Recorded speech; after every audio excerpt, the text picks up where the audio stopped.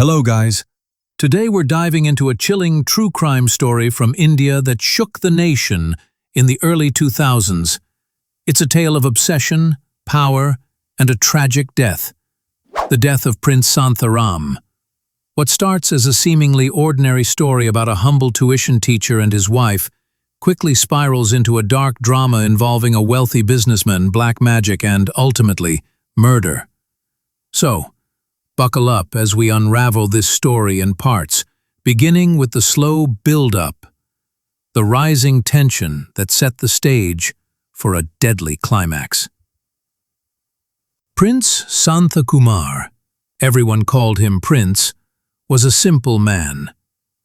A tuition teacher by profession, he was known in his neighborhood in Chennai for his dedication to his students and his quiet, unassuming nature.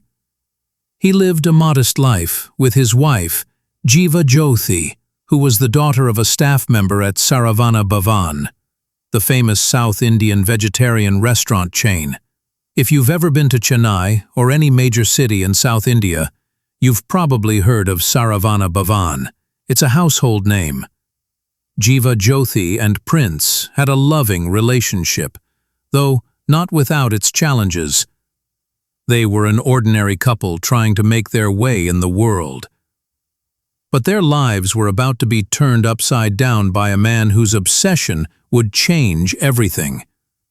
P. Rajagopal was no ordinary man.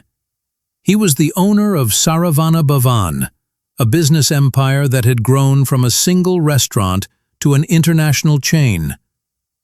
Rajagopal was wealthy, influential, and known for his strict, sometimes ruthless business practices. But beneath this veneer of success was a man driven by superstition and obsession. It all began when Rajagopal consulted an astrologer who told him that marrying Jiva Jyothi would make him one of the richest men in the world. Now, this kind of prediction might sound like something out of a movie, but in many parts of India, astrology holds a powerful sway over people's decisions, especially when it comes to marriage and fortune. Rajagopal became fixated on Jiva Jyothi. The problem? She was already married to Prince Santhakumar. But Rajagopal's obsession didn't care about that. Rajagopal's pursuit of Jiva Jyothi wasn't just persistent, it was relentless and sinister. He used his power and influence to try and break the couple apart. When simple persuasion didn't work, he turned to darker methods. According to reports, Rajagopal hired a black magician to cast spells intended to make Jiva Jyothi hate her husband. It sounds unbelievable, but this was a real part of the story, a reflection of how superstition and belief in the supernatural can sometimes drive people to extreme actions. The couple, aware of the danger, tried to escape Rajagopal's grasp. They eloped to Madurai, a city several hundred kilometers from Chennai, hoping to find safety and start fresh. But Rajagopal's reach was long. His men tracked them down, and the pressure on Prince and Jiva Jyothi only intensified. As Rajagopal's obsession grew, so did the threats. Prince and Jiva Jyothi lived in constant fear. Rajagopal's men reportedly harassed them, sending warnings and making it clear that they wouldn't allow the couple to stay together. This wasn't just a case of a wealthy man wanting what he couldn't have. It was an abuse of power, where money and influence were used to terrorize ordinary people. The tension in the story escalated day by day, with Prince and Jiva Jyothi caught in a dangerous game they couldn't control. News of the harassment and threats began to spread. Friends and neighbors were shocked. How could a man as powerful as Rajagopal stoop to such lengths? Many sympathized with Prince and Jiva Jyothi, but few dared to stand up to Rajagopal openly. This silence and fear only emboldened Rajagopal. The stakes were rising, and no one could predict how far he would go to get what he wanted. By late 2001, the atmosphere around Prince and Jiva Jyothi was thick with dread. The couple knew they were in danger, but they didn't know how to escape it. Rajagopal's obsession had become a ticking time bomb. And then, on October 1st, 2001, everything changed. October 1st, 2001, a date that would forever be etched in the memories of those who knew Prince Santhakumar and Jiva Jyothi. On this day, the simmering tension boiled over into a horrifying act of violence. Rajagopal, frustrated by the couple's refusal to separate and driven by his obsession, decided to take drastic action. He orchestrated the kidnapping of Prince Santhakumar. This wasn't a spur-of-the-moment crime. It was carefully planned and executed by henchmen hired by Rajagopal himself. Prince was taken from his home in Chennai under the cover of darkness. The men who abducted him were ruthless and efficient, leaving no witnesses behind. What followed was a grim and brutal act. Prince Santhakumar was strangled to death, a cold, calculated murder intended to remove the obstacle standing between Rajagopal and Jiva Jyothi. The body was then dumped in the Tiger Shola area of the Kodaikanal Hills, a remote and rugged region far away from the city's bustling streets. The choice of Tiger Shola, nestled in the Western Ghats, was no accident. It was a secluded location, difficult to access, and easy to conceal a crime. Rajagopal's men likely believed that dumping the body there would keep the murder hidden, buying them time and reducing the risk of discovery. But as we know, no crime stays hidden forever. Amidst this nightmare, Jiva Jyoti's story took a brave turn. She had been kept under Rajagopal's control, but somehow she managed to escape. Gathering her courage, she filed a complaint with the police, breaking the silence and setting the wheels of justice in motion. Her testimony was crucial. It provided the police with the first real lead in a case that was otherwise shrouded in mystery and fear. On October 31st, 2001, exactly a month after Prince's disappearance, his body was found in Tiger Shola. The discovery shocked the local community and sent ripples through Chennai and beyond.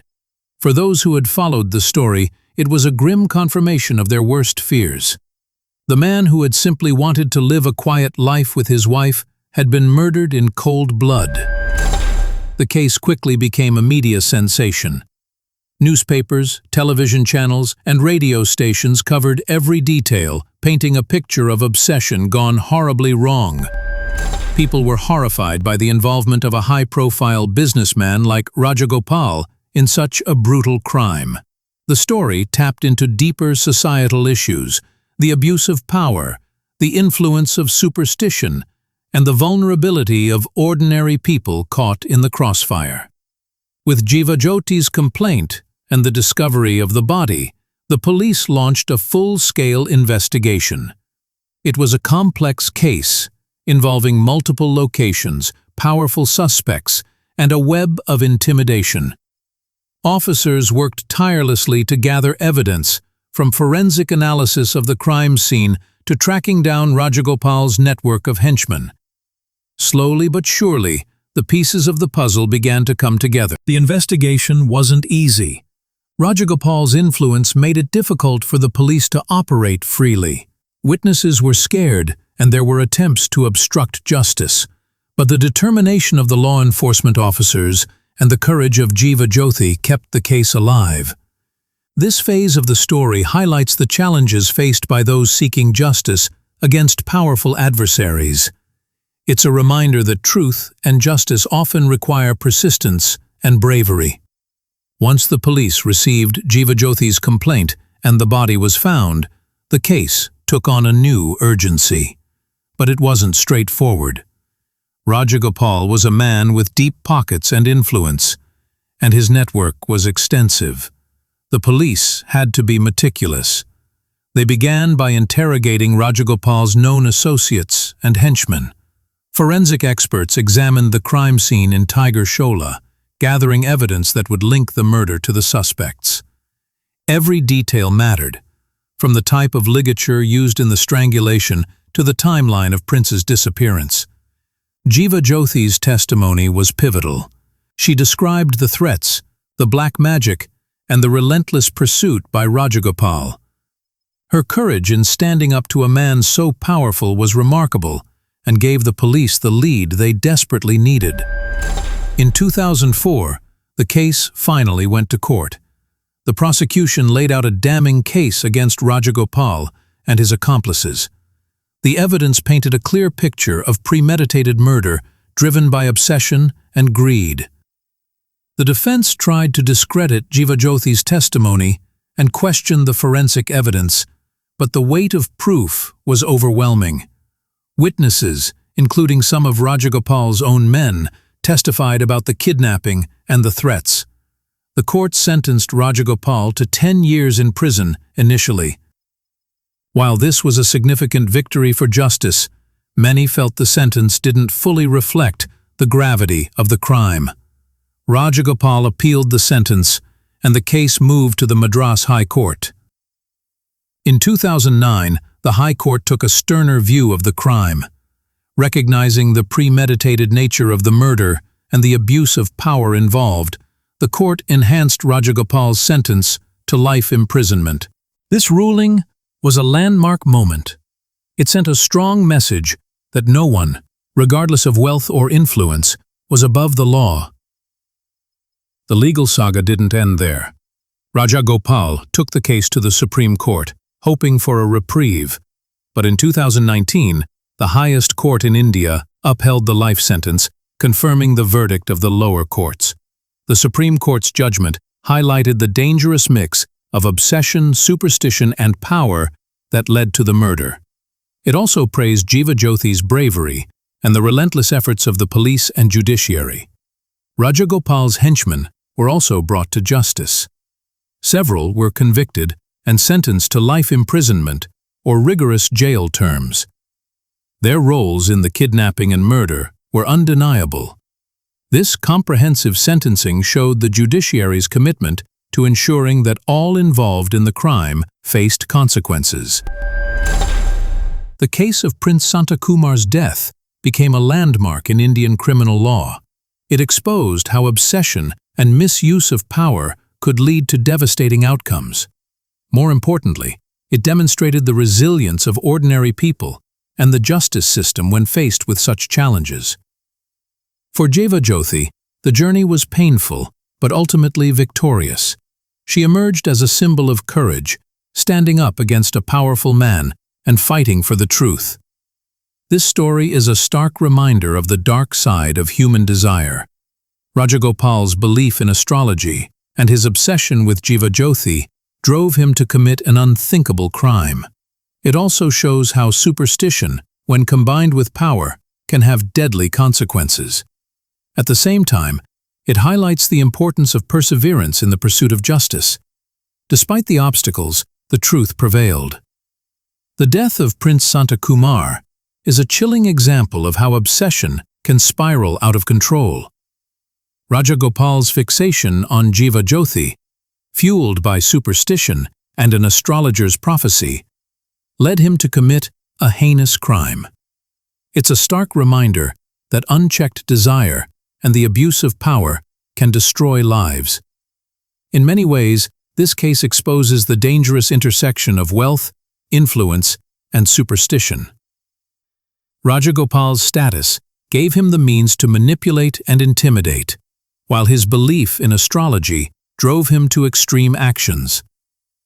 It's a potent mix that, unfortunately, still exists in parts of society today. One of the most inspiring aspects of this story is Jiva Jyothi's courage. Despite being trapped in a terrifying situation, she found the strength to escape and speak out. Her testimony was the key that unlocked the door to justice. Her bravery reminds us how important it is for victims and witnesses to come forward, even when facing powerful adversaries. It also highlights the critical role that support systems, family, friends, and law enforcement play in helping survivors seek justice. The legal battle took nearly 2 decades, a long and arduous fight for truth and accountability. But in the end, justice was served. Rajagopal and his accomplices were convicted and sentenced to life imprisonment. This case underscores the importance of a resilient and independent judiciary. It shows that, despite obstacles, the rule of law can prevail against even the most influential figures. Prince Santhakumar, the story of Prince Santhakumar's death is more than just a crime narrative. It's a cautionary tale. It urges society to confront the dangers of superstition and blind faith in astrology when they lead to harmful actions. It also calls for vigilance against the misuse of power. No individual, no matter how wealthy or influential, should be allowed to operate above the law or intimidate others. Saravana Bhavan, the restaurant empire at the center of this tragedy, was forever marked by this scandal. While the brand continues to thrive globally, the shadow of this case lingers, a reminder of the human cost behind the headlines. The death of Prince Santhakumar is a somber story, but it's also a story of resilience, justice, and the human spirit's capacity to fight back against darkness. As we close this chapter, let's remember Prince not just as a victim, but as a man whose life sparked a powerful movement for truth and accountability. Thank you for joining me on this journey through one of India's most gripping true crime stories. If you found this story compelling, feel free to share it and keep the conversation about justice and power alive.